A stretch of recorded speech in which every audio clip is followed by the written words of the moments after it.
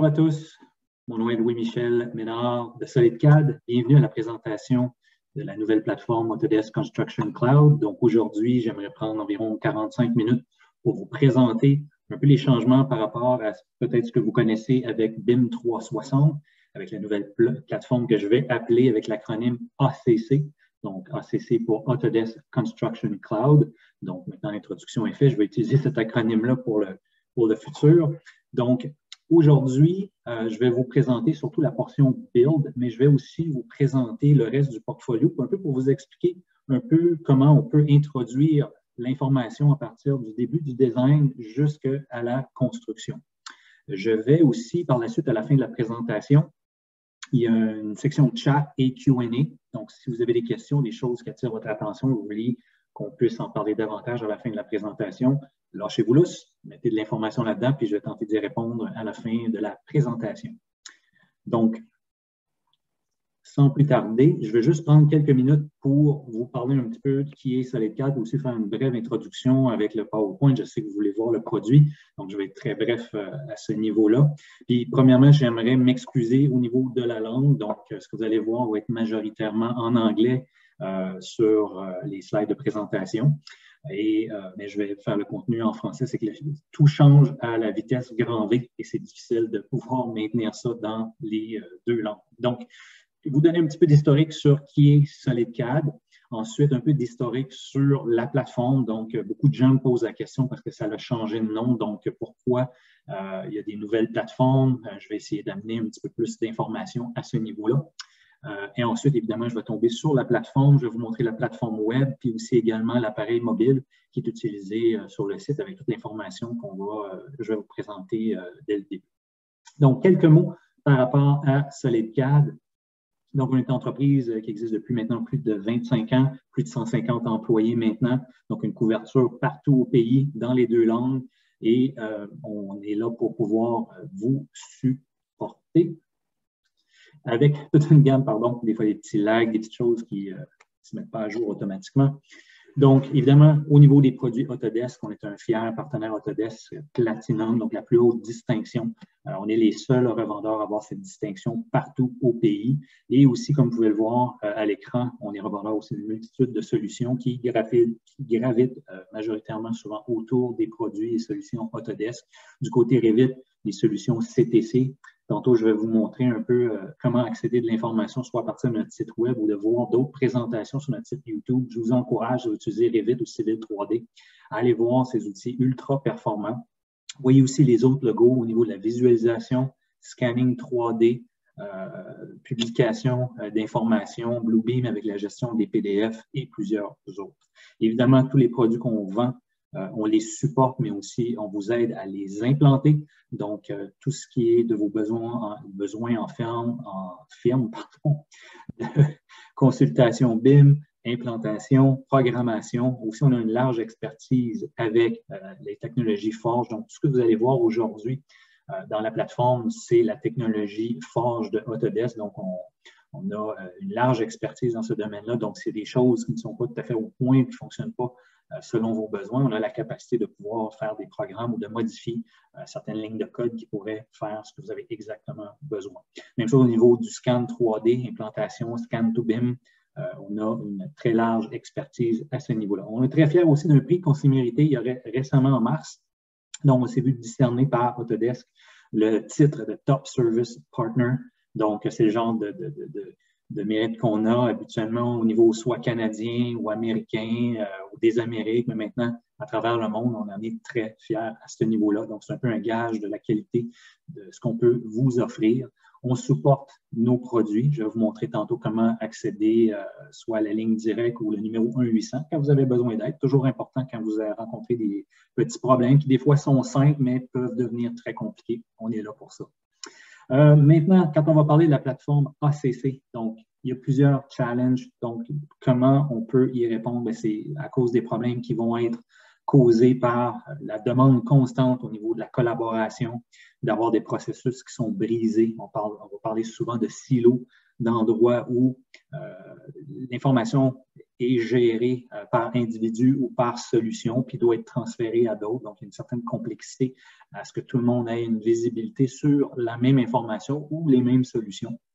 Donc, aussi également la sécurité sur les sites, les délais lors des projets, les faibles marges de profit qui peuvent souvent être dues à la très grande compétitivité entre les différents fournisseurs. Ensuite, on veut essayer d'éviter tout ce qui est la reprise des travaux, le manque de capacité à prédire les problèmes ou qu'est-ce qui va se passer, et aussi la propriété des données qui peuvent être un challenge, qui peuvent être répondues par les solutions, la solution que je vais vous présenter aujourd'hui. Donc, on parle de ACC, encore une fois, Autodesk Construction Cloud. Qu'est-ce que c'est exactement? Plusieurs d'entre vous savez peut-être ce que c'est BIM 360, qui est une plateforme qui existe, qui est largement utilisée depuis environ 3-4 ans. Mais dans les dernières 2 dernières années, Autodesk a fait beaucoup d'acquisitions. Donc, on a fait l'acquisition de Assemble, PlanGrid et aussi Building Connected. Donc, ce que vous allez voir aujourd'hui, c'est l'intégration de ces solutions-là. Donc, ce n'est pas toutes les fonctionnalités, exemple de Building Connected ou de Assemble ou de PlanGrid qui vont être dans la plateforme, mais les principales fonctionnalités sont présentes et beaucoup plus à venir. Donc, il y a eu d'autres acquisitions que je vais parler tantôt. Donc, l'intégration avec plusieurs soit partenaires ou acquisitions qu'Autodesk a fait pour offrir une solution plus complète. Donc, aujourd'hui, je vais majoritairement me concentrer sur le module Build. Donc, pourquoi on veut un module comme Build? Pour améliorer la collaboration, d'avoir un centre, on appelle ça en anglais le Single Source of Truth, donc d'avoir un endroit où toute l'information véridique est contenue avec un endroit commun pour communiquer aussi avec nos collègues, d'avoir une expérience 2D, 3D complète avec soit ce soit des plans Office, PDF ou que ce soit du AutoCAD, du Revit ou même d'autres fichiers qui viennent de d'autres fournisseurs qui ne sont pas nécessairement Autodesk, d'améliorer l'efficacité, la standardisation et aussi la digitalisation. On sait encore qu'il y a beaucoup de gens qui utilisent le papier ou des méthodes un peu plus traditionnelles.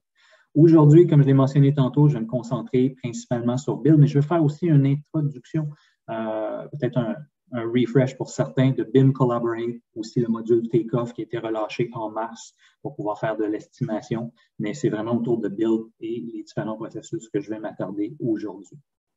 Donc, pourquoi Build? C'est parce qu'on veut faire la gestion des projets, faire la gestion de la qualité, gestion de la sécurité, aussi d'être capable de pouvoir fermer le projet et transférer toutes les données au propriétaire une fois le projet complété.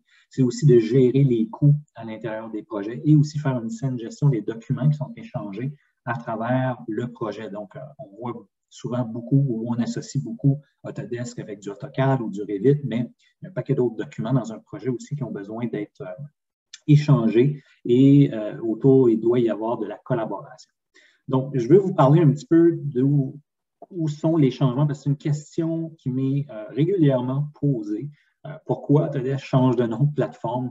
Entre autres, je voudrais expliquer un peu d'où c'est parti, l'évolution aussi en même temps. Donc, certains d'entre vous savez ou avez peut-être entendu parler ou utilisé sur un projet où les licences vous étaient fournies ou que vous avez à votre entreprise, Field ou Glue, qui était une acquisition il y a environ 5 ou 6 ans.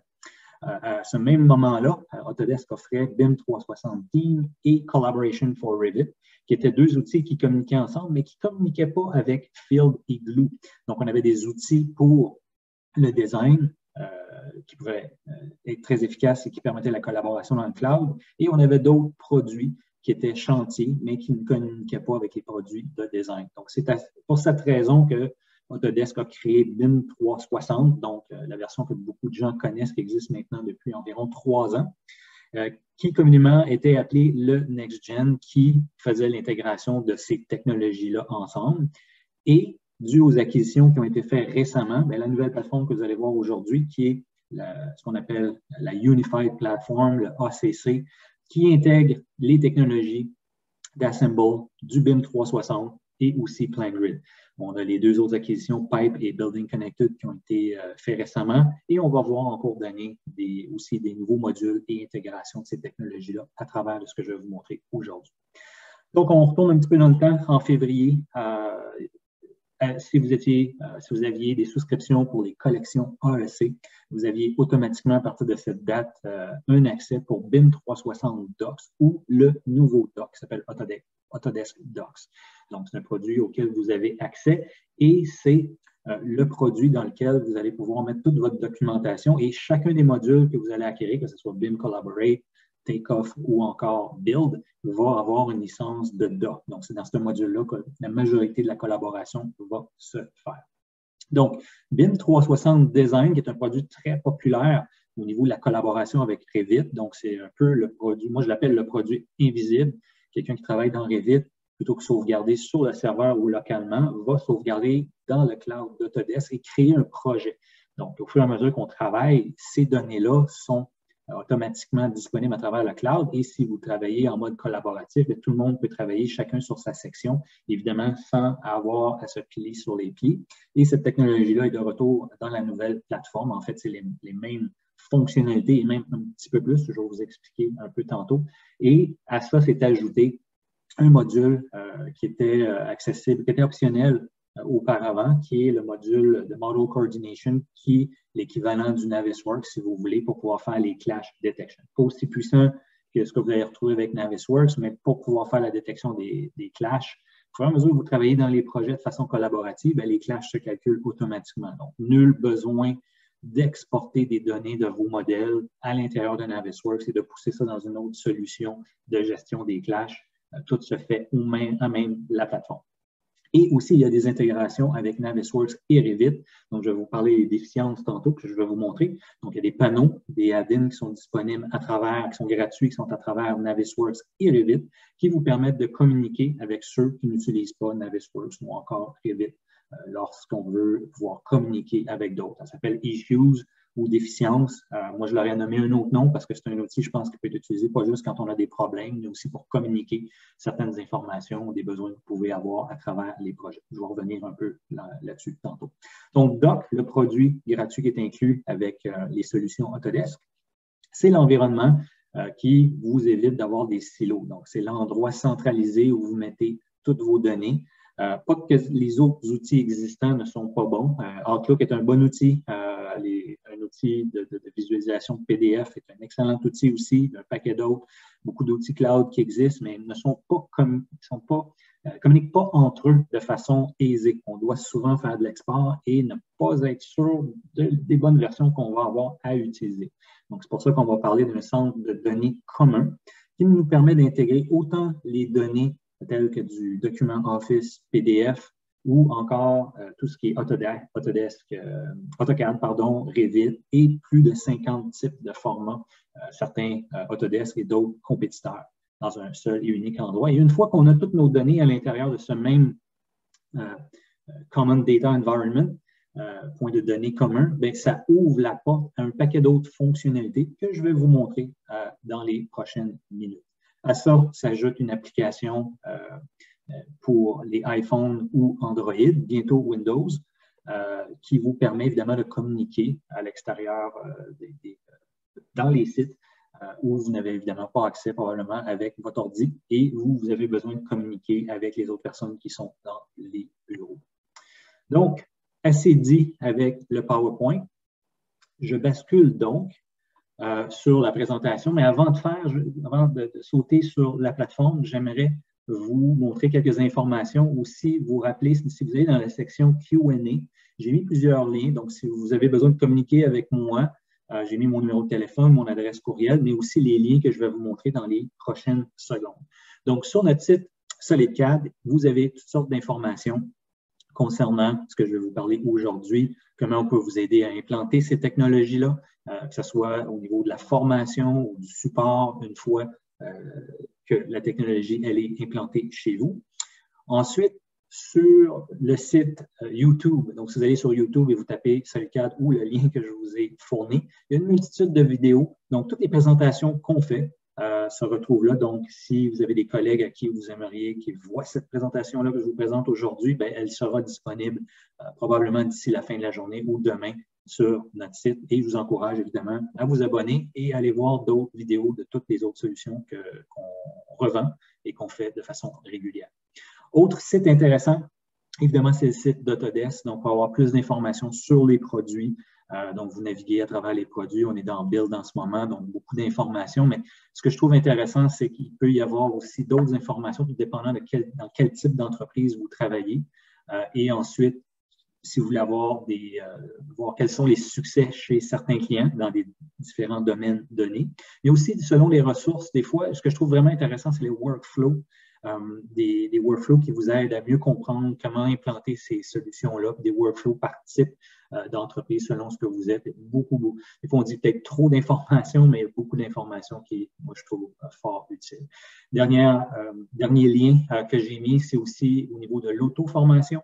Donc, il y a beaucoup de vidéos très intéressantes. Évidemment, c'est la base, mais que ce soit au niveau de la nouvelle plateforme Build, Takeoff, BIM 360, il y a d'excellentes vidéos qui vous permettent de faire une première introduction dans la technologie. Donc, un premier départ que je vous conseille avant peut-être de faire une vraie formation. Donc, ça vous permet de partir vos projets de la bonne voie. On tombe dans le volet de la présentation maintenant. J'ai aussi de connecter ici mon appareil mobile. Donc, je vais vous montrer un paquet de fonctionnalités qui, après, je vais vous remontrer brièvement sur un iPad. Donc, vous allez pouvoir voir quelle en est l'expérience pour un usager qui va devoir travailler en collaboration sur le chantier. Donc, une fois que vous avez accès à vos licences, vous cliquez sur un lien parce que vous avez été invité à pouvoir participer à un projet ou encore à administrer un nouveau compte. Ça, c'est la page d'invitation, donc où vous allez retrouver tous vos projets. Si vous avez des projets déjà sur lesquels vous avez été invité en BIM 360, donc vous allez les reconnaître par la lettre B et la sphère qui est le nouveau logo pour ACC. Donc, vous pouvez accéder directement à vos projets-là. Vous créez un nouveau projet que vous pouvez créer dans la version BIM 360 ou dans la nouvelle plateforme, c'est au choix. Les anciennes plateformes ne vont pas disparaître, donc il n'y a pas à s'inquiéter si je pars un nouveau projet en BIM 360, y a-t-il un délai, ça va-tu exploser après un certain temps? Pas du tout. Je vous encourage selon ce que vous voulez faire et qu'est-ce qui est intéressant pour vous d'utiliser. Aussi, les templates. Donc, je vais vous montrer un paquet de choses que vous allez vouloir faire probablement une ou deux fois, gros maximum. C'est la structure de vos projets. Donc, exemple, vous allez créer un projet. Je vous donne un exemple. Ça pourrait être une tour à condo, ça pourrait être un hôpital, ça pourrait être une école. Donc, la structure à l'intérieur du projet va être différente. Le niveau de sécurité va être différent. Les personnes que vous allez vouloir inviter et leur rôle va être différent. Donc, plutôt que de le refaire à chaque fois, vous pouvez vous créer des templates qui, quand vous partez un nouveau projet, vous le partez à partir du template. Donc, vous avez toute la base qui va être répliquée et vous n'avez qu'à populer les données de ce nouveau projet-là. Donc, quand je sélectionne mon projet, j'ai ici un menu déroulant qui me permet d'accéder les différentes solutions auxquelles, évidemment, j'ai droit. Fait que moi, à l'heure actuelle, j'ai accès à tous les outils. Et si vous avez juste Doc, vous allez voir Doc et Insight. Si vous avez Design Collaboration pour la collaboration avec Revit, vous allez voir évidemment ça, mais aussi Model Coordination, vous allez voir aussi également Insight. Et Doc, toujours qui est inclus gratuitement. Takeoff va vous donner Doc aussi également. Build va vous donner aussi Cost, qui était avant un module optionnel, qui est maintenant inclus, et Insight que je vais vous montrer à la fin de la présentation pour pouvoir avoir plus de données sur qu'est-ce qui se passe à travers vos projets où il pourrait y avoir des problèmes parce que c'est un outil d'intelligence artificielle qui repère les mots à l'intérieur des échanges et des données qui peuvent vous donner soit des vraies statistiques réelles sur ce qui n'a pas été fait à temps ou encore selon la combinaison des mots qui peuvent vous mettre la puce sur un problème qu'il faudrait peut-être regarder d'un petit peu plus près. Il y a aussi la notion de gestion du compte et gestion de projet. Donc, vous allez gérer des projets. Il n'y a pas de limite de projet quand vous avez un compte. Donc, tout dépendamment de vos projets, ça va être vos différents buildings sur lesquels, vos différents bâtiments ou infrastructures que vous allez vouloir utiliser à l'intérieur des projets. Donc, vous invitez des gens. Si ces gens ont des licences, ils vont pouvoir participer selon les droits que vous allez leur donner. Avant de vous montrer toutes les fonctionnalités qu'il y a à l'intérieur de Build, j'aimerais juste vous expliquer pourquoi la plateforme elle est si puissante. C'est parce qu'on part du design et je fais un bref rappel ou survol sur la technologie qui permet de collaborer à l'intérieur de Revit. Donc, on a ici, pour ceux qui sont familiers avec ça, ce qu'on appelle les timelines. Donc, ce n'est pas une course à savoir qui va se rendre le premier à droite. Ce n'est pas les Jeux olympiques en natation. C'est vraiment pour pouvoir voir l'historique de ce qui a été fait. Donc, on peut basculer ici dans le temps et voir les différents changements qui ont été faits. Donc, je ne vais pas passer trop de temps ici, mais chaque point que vous voyez sont des points qui ont été distribués par les BIM managers des différentes équipes. Dans ce cas-ci, on a juste 2 équipes. Il pourrait y en avoir 10, il pourrait y en avoir 15, il pourrait y en avoir 100. Il n'y a pas de limite là-dessus. J'ai une équipe d'architecture, de structure qui travaille ensemble sur la maquette et le BIM manager de l'équipe d'architecture va me livrer pour rendre disponible à l'autre équipe de structure et toutes les personnes qui travaillent dans ce projet-là des maquettes quand ils sont prêts à les distribuer. Donc, quand ils sont prêts à les distribuer, c'est un rond blanc et le chargé du projet, dans ce qu'on voit en ce moment, va pouvoir les visualiser et les accepter. Donc, quand vous voyez un rond vide, ça veut dire que le projet n'a pas encore été accepté. Donc, je peux aller le consulter, valider l'information. Une fois que je l'ai validé, je la rends disponible à tout le monde. Donc, un rond plein signifie que tout le monde qui travaille dans Revit voit cette dernière version-là. Et un carré rempli, c'est que cette information-là devient disponible à tous ceux qui n'utilisent pas Revit, donc à l'intérieur de Doc. J'y serai tantôt. Je vous montre un petit exemple. Donc, j'ai ici, je remonte dans le temps parce que c'est ce qui est publié, mais ce qui est la même information que ceci.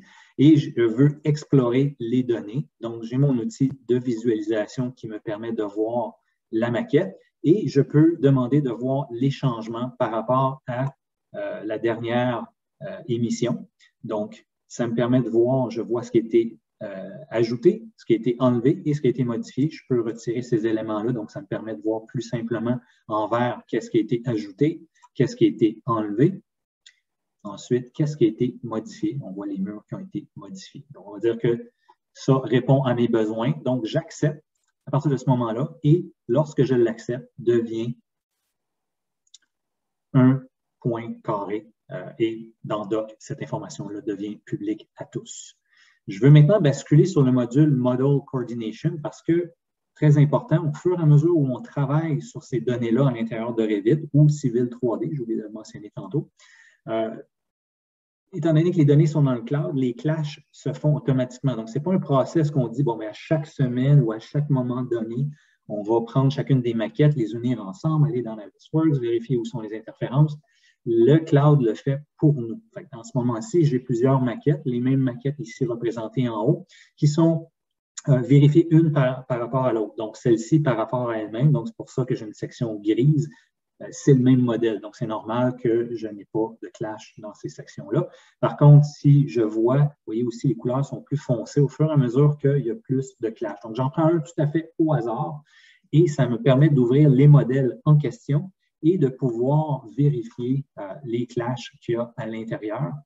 Donc, je vois qu'il y en a beaucoup de clashs. J'en prends un tout à fait au hasard et en le sélectionnant, il va me présenter le clash. Et par la suite, je peux dire, ceci n'est pas un clash parce que c'est quelque chose qu'on pourrait vouloir gérer à un autre moment donné ou à la construction, ou plutôt dire, ceci, effectivement, il y a une problématique ici, j'applique un point ici et ça me permet de vous montrer les déficiences, le module d'issues, que moi, comme je vous ai expliqué tantôt, je trouve que le nom n'est pas approprié parce que ça peut être des fois juste un outil de communication et non pas un outil pour dire j'ai un problème à régler, mais ça peut être un problème aussi en même temps.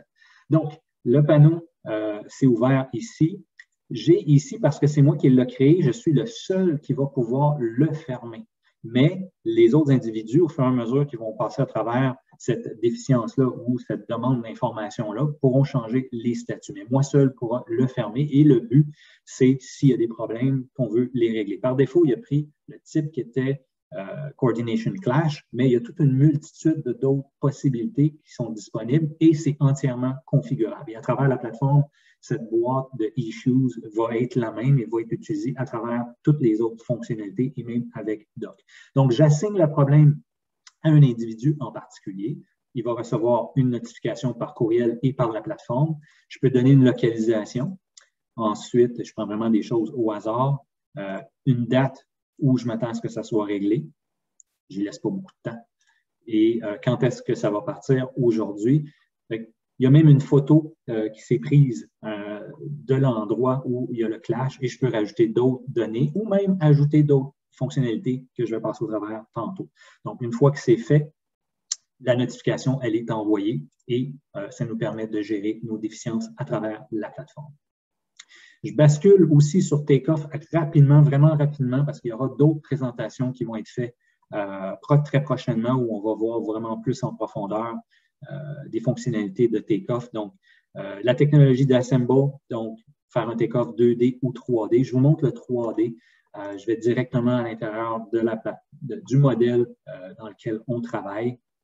Juste déplacer ça ici et changer ça ici. Ça me permet de pouvoir faire une explosion de tous mes items et qui se retrouvent, comme vous pouvez le voir, tous regroupés. Et par la suite, je les sélectionne et par la suite, je vais pouvoir faire le take-off. Donc, comme je disais, je vais faire ça très rapidement. Il y aura d'autres présentations, mais juste pour vous montrer que vous sélectionnez chacun des items, un estimateur va pouvoir très facilement dans le modèle 3D, surtout s'il est mis à jour, d'utiliser toujours les données courantes pour être capable d'avoir les volumes, les distances, les coûts et faire des associations avec toutes les propriétés qui sont dans le modèle. Donc, très puissant et ça peut se faire aussi sur un document 2D sur lequel on va pouvoir créer la géométrie ou des tags, exemple, identifier toutes les portes, puis sortir toutes les portes pour avoir le nombre complet selon les plans que j'aurai reçus. Je ne vais pas passer plus de temps là-dessus parce que je vais vraiment me concentrer sur le module Build. Donc, dans le module Build, quand on arrive à la page principale, c'est un peu comme quand j'ouvre mon Outlook le matin, je regarde tous mes courriels, j'ai une vue d'ensemble, un peu comment ma journée va fonctionner. C'est la même chose ici. Vous voyez toutes les dernières activités. Donc, on a créé une déficience tantôt. On reconnaît la photo de ce qui a été pris de la déficience tantôt. Et toutes les choses qui se sont passées dernièrement. Et je peux filtrer les changements que j'aimerais pouvoir voir. On voit ici ce qui se passe, où je suis rendu à l'intérieur du projet. J'ai 7 feuilles. Je vais vous parler de la notion des feuilles. C'est 8 membres qui ont été invités à participer sur le projet. Et je vois un peu mon to-do. Donc, je vois que j'ai des déficiences ou des RFI que je n'ai pas répondu. Je suis en retard, sont en rouge.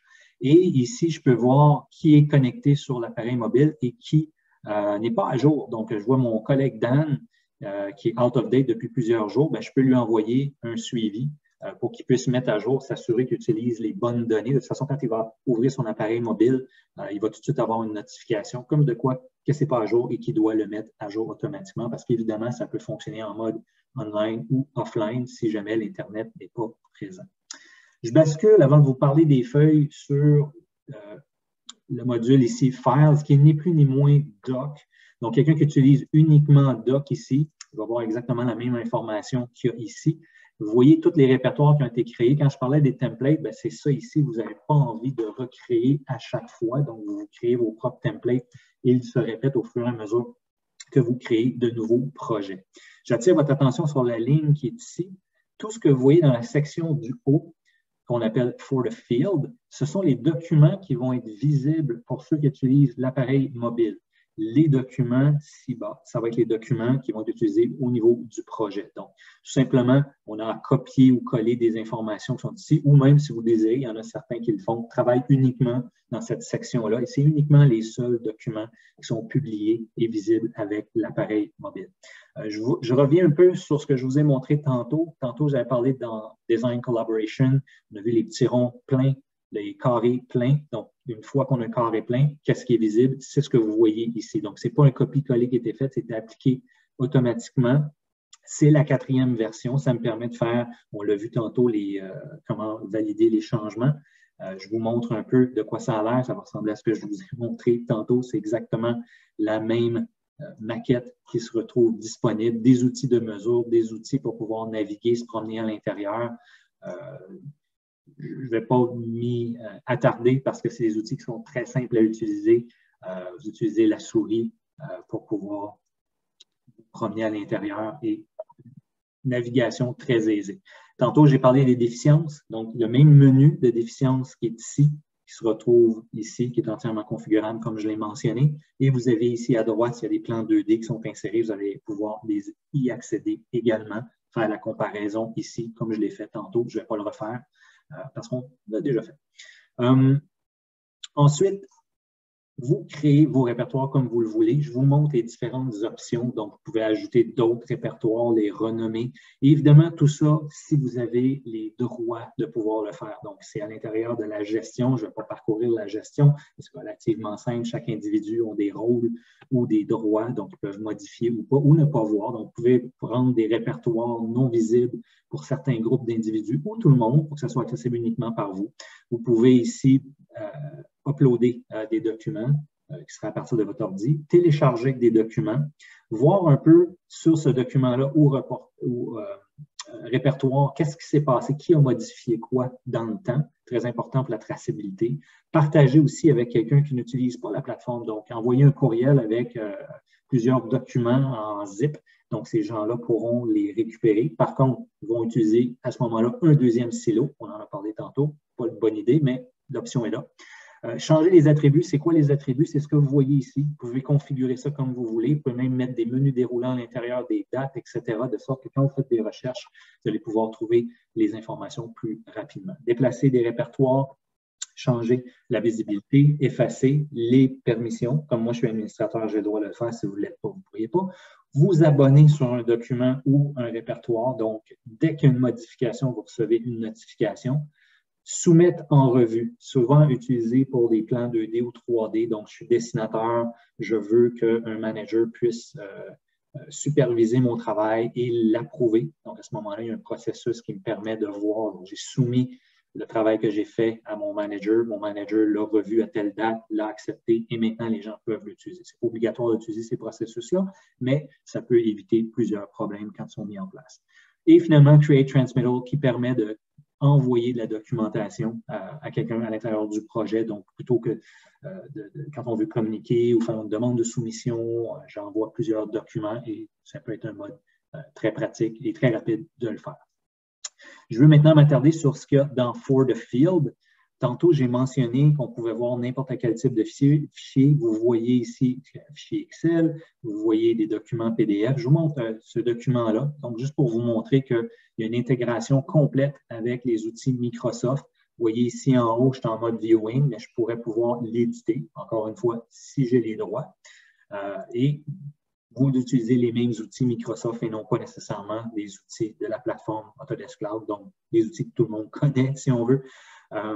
Et n'importe quel autre type de document. Donc, je le répète, ce qui est ici dans la structure de répertoire, c'est ce qui va être disponible pour l'appareil mobile. Ceux-ci sont les documents qui peuvent être vus, mais uniquement les documents annotés ou les documents validés pour la construction vont se retrouver dans Sheets. Donc, c'est là-dedans qu'on va répertorier les documents et on va, lorsqu'on va les insérer, faire une lecture plein texte de l'information qui va être contenue. Donc, ça va faciliter au niveau de la recherche, mais on va aussi faire une reconnaissance automatique. Donc, le document que vous voyez là, il y a 8 pages, mais c'est un document unique que j'ai inséré et le système a séparé les feuilles de façon automatique et les a nommées automatiquement. J'ai 2 versions. Donc, ça me permet, je vais vous montrer les outils de comparaison. Donc, j'en sélectionne un, puis aussi une possibilité de mettre des attributs, un peu comme je vous ai montré tantôt sous la portion Files. Donc, vous devez prendre mes mots comme la vérité. Une des forces de PlanGrid, c'est vraiment la rapidité ce qu'on appelle le rendering des PDF. Donc, beaucoup de gens ont besoin de cette rapidité-là. Donc, l'engin pour pouvoir faire la visualisation est très rapide. Vous le voyez ici à l'écran, mais c'est important sur l'appareil mobile parce que les appareils mobiles ne sont pas aussi puissants que ce que vous voyez à l'écran, c'est sûr. Donc, ici, à droite, vous avez tous les outils d'annotation. Donc, si vous voulez faire du markup, mettre des formes spécifiques, du texte, un nuage. Je vous montre un exemple ici d'une boîte. Puis après ça, de la manipuler comme je le désire. Aller changer le texte ici, changer la grosseur du texte, la couleur de la boîte, de la flèche, etc. Plein de possibilités. Aussi, je peux associer des liens de sorte que quelqu'un, si je mets une autre feuille, d'autres documents, un RFI qu'on va couvrir tantôt, un formulaire, je pourrais donc, en cliquant sur l'item, ça pourrait me donner un accès direct à ces items-là. Je peux rendre aussi le markup privé ou public, selon ce que je désire. Aussi, Une autre forme, c'est de pouvoir mettre des photos. Donc, ça me permet ici d'ajouter des photos qui peuvent être fort utiles lorsqu'on fait la consultation, encore une fois, sur un site, que ce soit sur le site où je veuille prendre la photo et j'ajoute le point de coordonnées où est prise la photo, ou encore le faire à l'intérieur de la plateforme que vous voyez à l'écran. Dernière chose que je veux vous montrer par rapport à ça aussi, c'est la comparaison. On l'a vu tantôt sur le modèle 3D. Donc, j'ai deux versions, R2 et R1. Je superpose les deux modèles un par-dessus l'autre. Et ça va me permettre de pouvoir voir par code de couleur quels sont les changements. On le voit ici, R2 en rouge, R1 en bleu. Donc, j'attire votre attention ici sur les items rouges. Il y a un autre, ça peut être par code de couleur ou ça peut être par un signet qui est ici. Donc, je peux prendre le signet et le basculer. Donc, je porte votre attention sur les murs courbés ici qui apparaissent et disparaissent. Et il y a aussi une partition ici qui apparaît et qui disparaît, qui font partie des changements. Je peux aussi faire un pan et basculer et on voit les changements qui s'effectuent au fur et à mesure. Donc, plusieurs possibilités au niveau des outils de comparaison. Maintenant, je bascule sur les déficiences. Donc, je ne veux pas vous montrer comment en recréer d'autres, mais ici, on peut en créer d'autres sans nécessairement les appliquer sur un plan. Mais aussi, c'est ici que je vais avoir toutes les issues que je peux trier par date. J'ai ici même un outil de filtre qui me permet de voir, exemple, toutes les déficiences qui ont été créées par un individu en particulier ou qui me sont assignées ou par type. Donc, ça permet vraiment de trouver ce qu'on a besoin. Par la suite, si on veut les exporter dans un format Excel ou PDF, c'est aussi possible. Donc, le but, c'est de pouvoir changer les statuts. On voit les codes de couleur. Donc, jaune est ouvert. Puis le but, c'est évidemment de fermer ces déficiences-là pour que ce soit des systèmes réglés. Je vous parle des formulaires, qui est une des choses qui provient de PlanGrid, très, très puissant. Donc, je vais vous montrer deux types de formulaires. Puis, évidemment, ces formulaires-là, c'est surtout pour l'utilisation avec le mobile en chantier. Mais je vous montre un peu comment ils ont été créés et comment c'est facile de pouvoir en créer. Donc, j'ai un formulaire ici qui est ni plus ni moins l'import d'un PDF. Donc, on a ici le MTQ qui nous ont dit on aime bien votre plateforme. Par contre, créer des formulaires, ça ne fonctionne pas pour nous. Nous, on utilise depuis X nombre d'années un format PDF. C'est ça que les gens utilisent. Ce n'est pas prêt de changer. Donc, ce qu'on a fait, c'est qu'on a utilisé un produit qu'on revend, Bluebeam, pour pouvoir rendre intelligent chacun des champs. Donc, quelques minutes passées à convertir le PDF. Et ce que ça fait, c'est que tous les champs deviennent intelligents. On a même créé des drop lists ici. Puis, avec nos doigts, je vais vous le montrer tantôt, je viens cliquer ou mettre ici mon curseur pour aller remplir du texte. J'ai ici même un champ où on a ajouté une signature par la suite. Donc, très, très facile d'importer, quelques minutes. Et puis, tout ce que j'ai à faire, c'est d'assigner ce formulaire-là à un individu. Donc, on va dire que tel individu en chantier, je vais choisir pour sa journée 10 formulaires différents qu'il devra remplir tout au long de sa journée. Je ferme ceci. Je vous montre aussi d'autres exemples. Donc, ça peut être des commissioning checklists, des rapports journaliers, des rapports d'incidents, des feuilles de temps, feuilles d'inspection ou instructions lors d'un assemblage. Donc, est-ce que j'ai bien installé toutes les composantes électriques? Est-ce que le câblage est bon? Est-ce que c'est inspecté? Et ainsi de suite. Je vous montre un second exemple qui a été fait à partir de la plateforme. J'ai créé cet exemple-là avec toutes les possibilités, juste pour vous montrer jusqu'où ça peut aller. Aussi, ce qui est intéressant, c'est que je peux ajouter d'autres références, donc des photos, des déficiences, d'autres fichiers ou d'autres formulaires, ou même des équipements que je vais vous montrer tantôt. Donc, la température qui se met ici automatiquement. Donc, je compose mes questions et j'ai des choix de réponse. Donc, on a des possibilités avec yes, no, non applicable. Si je suis en français, si mon browser est en français, tout va être en français automatiquement. Une autre question, vrai, pas applicable. Si je veux prendre une photo, créer une déficience, mettre une note, plus, moins, non applicable. Ça passe pas, non applicable. Ici, la possibilité de mettre du texte. Ici, la possibilité de mettre de l'alphanumérique. Donc, ici, je fais exprès pour mettre des notes et le système m'a dit non, ça ne marche pas. Tu dois mettre absolument du numérique. Et là, je viens de rentrer des notes en numérique et ça a bien fonctionné. Un choix de réponse unique. Donc, vous voyez des ronds. Ensuite, un drop list. Choix multiple.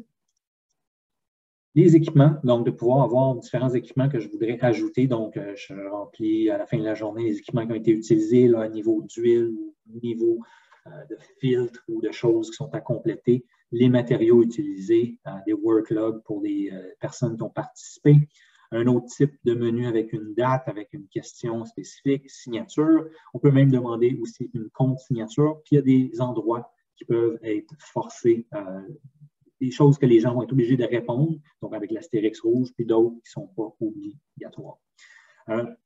Je vous ai montré pas mal toutes les options, mais ce que je veux vous montrer maintenant, c'est la facilité de modifier un formulaire comme celui-là. Donc, je voudrais simplement prendre quelques secondes pour vous montrer ce même formulaire-là qu'on a vu. Vous voyez, c'est des sections qu'on ajoute. Donc, j'ai mis un tableau, c'est comme des blocs. Vous reconnaissez les questions. Donc, je mets mon curseur ici, j'écris du texte pour mes questions. Je peux les basculer, les promener. Je peux même mettre des conditions.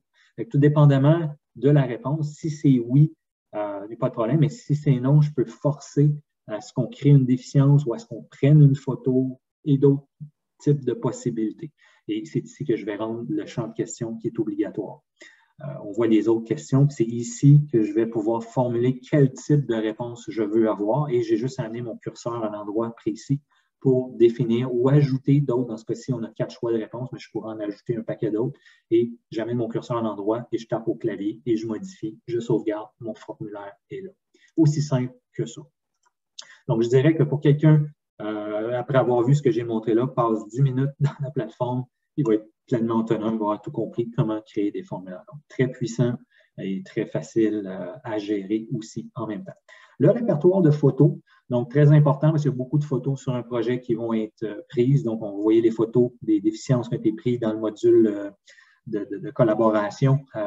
D'autres photos qui ont été prises sont géolocalisées. Donc, ça me permet, quand je la sélectionne, de voir à quel endroit c'est. Que ce soit sur l'appareil mobile aussi. Je peux mettre plusieurs tags ou encore les filtrer par qui les a pris, que ce soit une date ou de type. Peut même supporter des photos 3D. RFI maintenant. Donc, le processus d'RFI pour Request for Information est très similaire aussi aux submittals. Donc, je vais vous montrer un peu les settings, comment ça fonctionne. Pourquoi un RFI? Premièrement, c'est un processus de pouvoir amener plus de clarté dans un projet. Donc, je demande une information parce que l'information que j'ai, il manque quelque chose ou de la clarté ou un document. Donc, je vous montre au niveau des workflows. Donc, on a différents types de workflows où on va avoir un créateur, un manager, personne qui prend une décision, et un reviewer, une personne qui doit fournir l'information qui est manquante. Et encore une fois, comme tantôt pour les issues, celui qui crée le RFI est celui qui va le fermer aussi également. Je vous montre quelque chose d'un peu plus détaillé. Donc, on va dire que le créateur, qui peut être aussi un manager, va envoyer de l'information qui va être soumise, étudiée par quelqu'un qui doit valider l'information et amener une réponse ou l'information manquante. Par la suite, le manager accepte cette information-là et repousse l'information à celui qui en a fait la demande.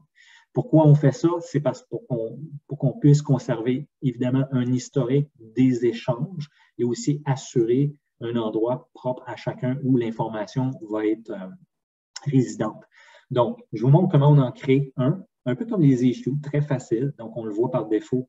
Je peux aussi le mettre en mode draft si jamais je ne veux pas encore tout de suite l'envoyer puis il manque des informations pour pouvoir le compléter. Je mets un titre à qui je l'envoie. Je peux mettre des co-reviewers, une date dans laquelle je m'attends à avoir une réponse, l'endroit, ma question. Je peux suggérer une réponse. Je peux ajouter des références qui sont à l'intérieur de la plateforme.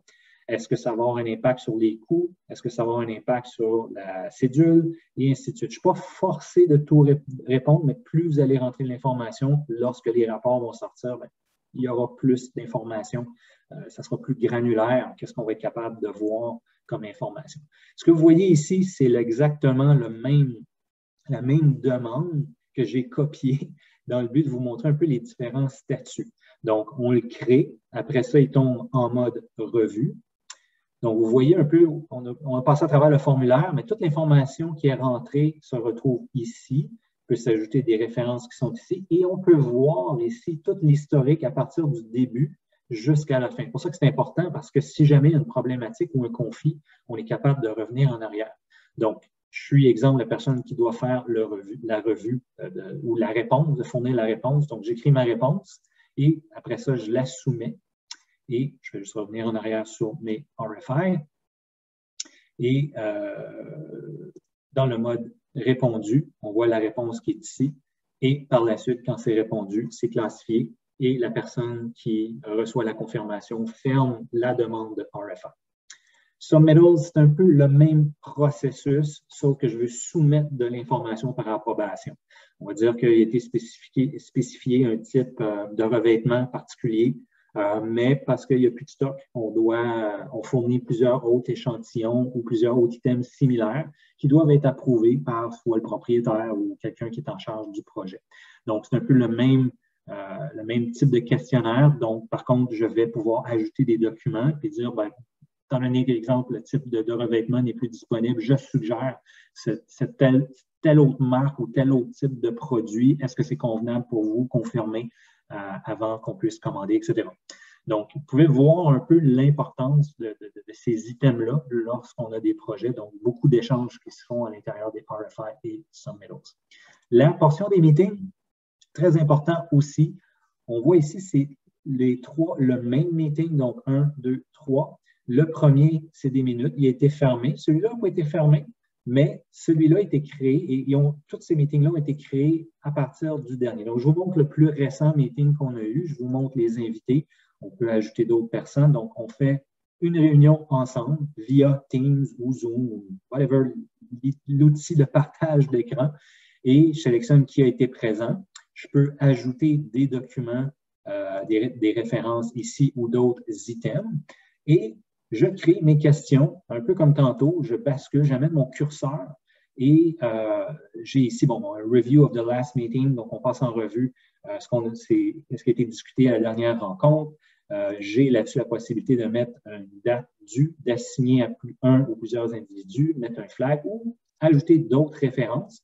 On voit l'individu qui a été invité à répondre à ça. J'amène mon curseur juste pour vous montrer que je peux aller éditer le texte, donc on le fait en même temps qu'on fait notre réunion. Après notre discussion, on dit, bon, ben ça, c'est toujours ouvert. Est-ce que c'est ongoing ou on le ferme parce que c'est réglé? Fait qu'on passe à travers tous les items qu'on crée et par la suite, on met une note sur le meeting. S'il y a des items qui demeurent ouverts encore ou ongoing, bien, par la suite, je vais créer un follow-up. Et par la suite, je peux évidemment envoyer là, une invitation Outlook, exporter le tout. Mais en créant un follow-up, ça va incrémenter à 4. Et tous les trucs qui ont été fermés vont disparaître. Il ne restera juste celles qui sont ouvertes. Fait que ça permet vraiment d'avoir une traçabilité de tout ce qui a été fait et des suivis des meetings. Puis on repart le prochain meeting où on a laissé le dernier. Avant de basculer au niveau de l'appareil mobile, je veux vous parler des assets ou les équipements. Donc, vous pouvez importer les équipements soit manuellement, ici, comme on le fait, ou par aussi également un fichier Excel. Donc, vous créez vos catégories. Vous pouvez aussi également créer d'autres. Vous voyez ici la section barcode. Elle est très importante parce que je vais surtout vous montrer la puissance de tout ça avec l'appareil mobile. C'est que quand vous allez mettre un barcode, bien, je vais pouvoir scanner un barcode sur le site, que ce soit sur un équipement ou autre, et ça va m'amener l'item. Donc, beaucoup de gens vont s'en servir, que ce soit pour les équipements sur, on va dire ici, j'en ai ici, je vais vous montrer l'exemple que je vais utiliser tantôt, c'est celui-ci. Donc, j'ai un élément de ventilation et j'ai ici mon barcode. Et j'ai le statut qui est en pre-startup. J'ai plusieurs choix dans un menu déroulant qui est entièrement configurable selon le statut dans lequel je veux qu'il soit. Par la suite, j'ai plusieurs documents en référence. Donc, à ce moment-là, j'ai une photo, j'ai ici un checklist, je peux avoir un formulaire d'installation, les spécifications pour me donner les informations que j'ai besoin du manufacturier avant de faire l'installation. Donc, quand je scanne l'équipement, j'ai tout ce que j'ai besoin pour pouvoir effectuer ce que j'ai à faire. S'il y a une problématique ou autre, je vais pouvoir l'insérer à ce moment-là. Et là, ce que je vais faire, ce qu'on appelle le handover, donc de transmettre les données au propriétaire, le propriétaire aura accès à tous ces équipements et toutes ces données-là aussi en même temps et saura quand les choses ont été faites, par qui et comment. Donc, il y en a qui vont utiliser ça pour gérer leur équipement. Une tour à condo, donc quelqu'un qui doit visiter la chambre 101, 102, 103, des choses qui ont à valider. Ils peuvent avoir toute une liste de choses à vérifier. On va dire, exemple, c'est un condo. Est-ce que toutes les installations luminaires ont été faites? Oui, non. Certaines sont manquantes. Peinture dans le salon à refaire. Toutes ces choses-là pourront être contrôlées à travers les équipements. Même certains au niveau des employés. Donc, j'ai des clients qui ont utilisé cette notion-là pour pouvoir créer. Donc, l'individu a son propre barcode. Quand il arrive le matin, il est scanné. Il se retrouve automatiquement avec un timesheet qui devra remplir à la sortie, parce que c'est à l'entrée et à la sortie du site. Donc, on peut contrôler à quelle heure entrée, quelle heure sortie, certaines documentations, la photo, pour qu'évidemment la personne qui contrôle tout ça puisse reconnaître la personne, et ainsi de suite. Donc, les possibilités sont énormes. Donc, une dernière chose que j'ai oublié de parler, c'est sous File, une nouveauté qui est sortie récemment. Donc, on a la capacité au niveau du scan laser 3D. On supporte maintenant avec Recap 2022. Je vous montre ici qu'on a bel et bien un fichier .rcp. L'upload des projets peut prendre un certain temps parce qu'on sait que ça peut être plusieurs gigas un scan, mais vous avez, une fois que c'est à l'intérieur de la plateforme, la possibilité de visualiser. Donc, vous n'avez pas les points cloud, ça serait beaucoup trop, mais tout l'aspect photo. Et vous êtes capable de prendre des mesures qui sont effectivement arbitraires, ou encore vous avez tout un menu d'outils ici pour pouvoir mettre des annotations et ainsi communiquer avec d'autres, mais pouvoir voir, exemple, l'évolution de la construction ou une problématique, des fois, une image vaut 1000 mots, et peut un scan être plus puissant. Surtout avec les nouveaux scanners comme Matterport qu'on revend, sont très peu dispendieux et peuvent prendre des images de très haute qualité en 3D. Puis ici, je peux basculer. Si on le voit ici, c'est tous les scans qui ont été pris à l'intérieur de la pièce. Donc, très fluide. Une fois que c'est importé, comme je disais, c'est juste à l'import, ça va prendre un certain temps. Une fois que c'est là, bingo, c'est fini. Je bascule maintenant sur l'appareil mobile pour vous montrer un peu de quoi ça a l'air. Donc, très facile d'utilisation. Vous avez le bouton Home. On se rappelle, ça ressemble beaucoup à ce que je vous ai montré tantôt. Présenté peut-être un petit peu différemment. Vous pouvez mettre vos favoris ici, de sorte que c'est beaucoup plus facile de retrouver les items que vous voulez couramment utiliser. Sous la portion feuille, je ne vais pas refaire la même démo, mais simplement vous montrer que la barre d'outils que je vous ai présentée tantôt, elle est identique. Elle va être utilisée de la même façon. J'utilise mes doigts pour pincer ou encore déplacer les items. J'avais ici l'item de la photo qu'on voit ici, que je vous avais présenté tantôt. Puis vous avez le minimap en haut à gauche. Tous les outils ici de comparaison que je vous ai montré tantôt ou de filtre, de recherche à l'intérieur. Je ne vais pas perdre trop de temps. C'est identique à ce que je vous ai montré tantôt. Sous File, on le voit ici, c'est uniquement les répertoires qui sont for the field. Donc, toute l'autre nomenclature qu'on avait vue n'est pas présente, mais c'est à vous de choisir quels sont les documents que vous voulez rendre visibles. Parce que souvent, dans un projet, vous allez avoir énormément de documents, mais seulement quelques documents que vous voulez qui soient accessibles en chantier. Puis aussi, comme les appareils mobiles ne sont pas aussi puissants et où on n'a pas peut-être autant de stockage, ce sera favorable de peut-être mieux contrôler ce que vous allez rendre disponible. Tout ce qui est format Excel, c'est-à-dire Office, PDF, modèle 3D, tout est visible à travers la plateforme. Les formulaires. Donc, je vous ai montré les formulaires. Vous avez un accès rapide. Vous avez ici, je peux aller l'assigner à quelqu'un d'autre parce que je suis en train de le créer, prendre des photos, ajouter des documents, déficiences, autres formulaires. Et en cliquant dessus et en utilisant mes doigts, je peux aller, je clique sur la boîte et je peux aller entrer directement du texte. J'avais l'autre ici, le menu déroulant que je vous ai montré tantôt. Je viens ici, selon les questions qui me sont demandées, je viens faire des changements. Dans le bas, on avait vu qu'il y avait un endroit pour la signature. Je clique dessus et j'ajoute ma signature directement dessus. Aussi simple que ça. Quelques minutes à créer et c'est fait. Même formulaire que je vous ai montré tantôt. Les mêmes questions, oui, pas applicable. Vous voyez ici, je vais enlever mon curseur ici, requis, les références si vous voulez ajouter une déficience, une note ou une photo, et ainsi de suite pour les autres choix de réponse. Donc, vous utilisez vos doigts pour pouvoir sélectionner les items qui sont nécessaires. Déficience, vous pouvez en créer une directement ou sur un plan où vous les accédez. Et vous voyez, c'est la même la même information qu'on a pu voir tantôt. Je ne vais pas m'y attarder plus longtemps que ça. On l'a vu tantôt. Le but, c'est de vous montrer à quel point c'est simple et comment ça se réplique bien par rapport à ce que vous avez vu sur la plateforme tantôt. Tantôt, je vous ai dit, les assets, c'est quelque chose qui est plus intéressant que l'appareil mobile, donc j'y arrive. J'ai ici l'option de pouvoir scanner. J'ai ici une feuille, on va dire que je suis sur mon site, je suis à côté de l'équipement et je viens de scanner l'équipement. J'ai l'équipement que je vous ai montré tantôt, les références photos, je peux en prendre d'autres. Exemple, une fois que c'est installé ou avant, c'est endommagé, je veux pouvoir créer, une déficience, reçu l'équipement, le fournisseur l'a endommagé lors de la livraison, blablabla, ou ajouter un autre formulaire. Puis vous avez aussi les formulaires, exemple, un formulaire d'inspection qui est déjà ajouté, que je peux aller réutiliser. Donc, j'ai, en ayant scanné un item, toutes les informations dont j'ai besoin pour finalement aller par la suite changer le statut. Donc, j'étais en mode pré-startup, donc je vais peut-être vouloir le changer en mode startup pour la prochaine évolution ou une autre option. C'est vous qui choisissez ce que vous mettez à l'intérieur de ça. Ensuite, les RFI, même chose, je ne vais pas en créer des nouveaux. On a vu les menus, je peux les accéder directement à travers l'appareil mobile. Même chose au niveau du submittals, même chose au niveau du meeting et au niveau des photos. C'est les mêmes photos qu'on a vues, donc j'en prends d'autres qui vont apparaître automatiquement. J'ai oublié de mentionner tantôt qu'ils sont géolocalisés, donc je peux voir, des fois ça peut être intéressant sur un site, si j'ai plusieurs photos, donc je peux cliquer et je vois directement l'endroit où ça a été pris. Et puis en même temps, simplement vous montrer aussi que ça supporte les 3D. Donc, si vous mettez comme exemple, c'est un exemple de Matterport. Si vous mettez des photos 3D, bien, ça peut être très intéressant de les ajouter et de pouvoir les visualiser en 3D.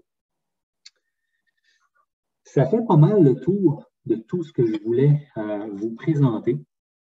Donc, je vous remercie d'avoir été avec nous. J'en profite avant de terminer pour voir dans le chat, à savoir s'il y a des questions. Il ne semble pas y avoir de questions. Donc, j'espère que tout ça vous a plu. Et puis, je demeure disponible si vous avez des questions. Je vais demeurer en ligne encore pour un certain moment.